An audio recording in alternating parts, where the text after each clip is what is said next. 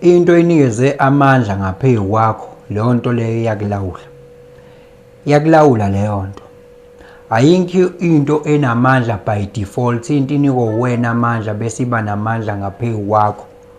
Abanye balawulwa izithanda zabo, abanye balawulwa imisebenzi abayenzayo, abanye balawulwa izikhundla abanazo, abanye balawulwa imali, abanye balawulwa izingane zabo, abanye balawulwa amadlozi abo, abanye balawulwa izindawo zangakubo, abantu balawulwa izinyanga zabo. Abantu balawulekile kodwa umuntu akarealize ukuthi amandla uyena onika leyo nto emlawulayo.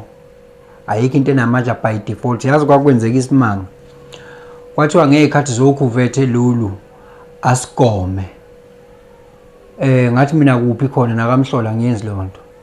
Bathi angani phela uzophela umsebenzi nje uma ungabe ungagomi. Ngathi mina mhlambe vele niyobe niyangisiza ukuthi niwuqede, ngoba mina ngeke ungilawule mina ngumsebenzi, ngeke ungilawule mina ngemali, ngoba lezo zinto ngazifica la futhi lezo zinto ngizozishiya la, kodwa umoya ngiwona ngihamba nawo. So uma ngabe wena into uyinikeze amandla ngaphezu kwakho, leyo nto leyo igcina isikulawula, isikutshela ukuthi yenzani ngasiphi isikhathi, usudansela isiginci sayo ngisho sesibhimba ngalesi sikhathi.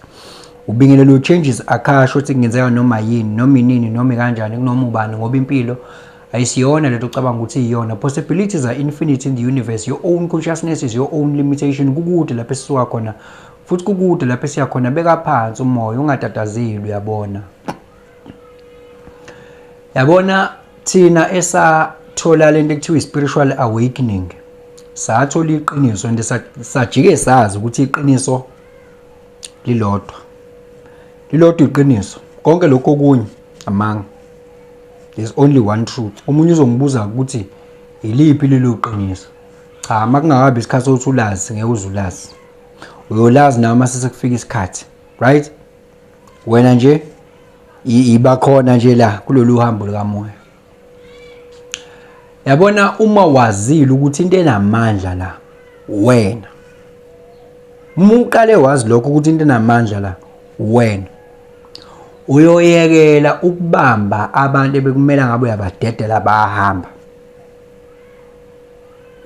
Uyoyeka ukuncetheza nokuncenga. Uyoyimela. Ayikho into ongeke uyithole uma uyifuna, uma uwazi ukuthi unamandla kangakanani, bekhona bengekho.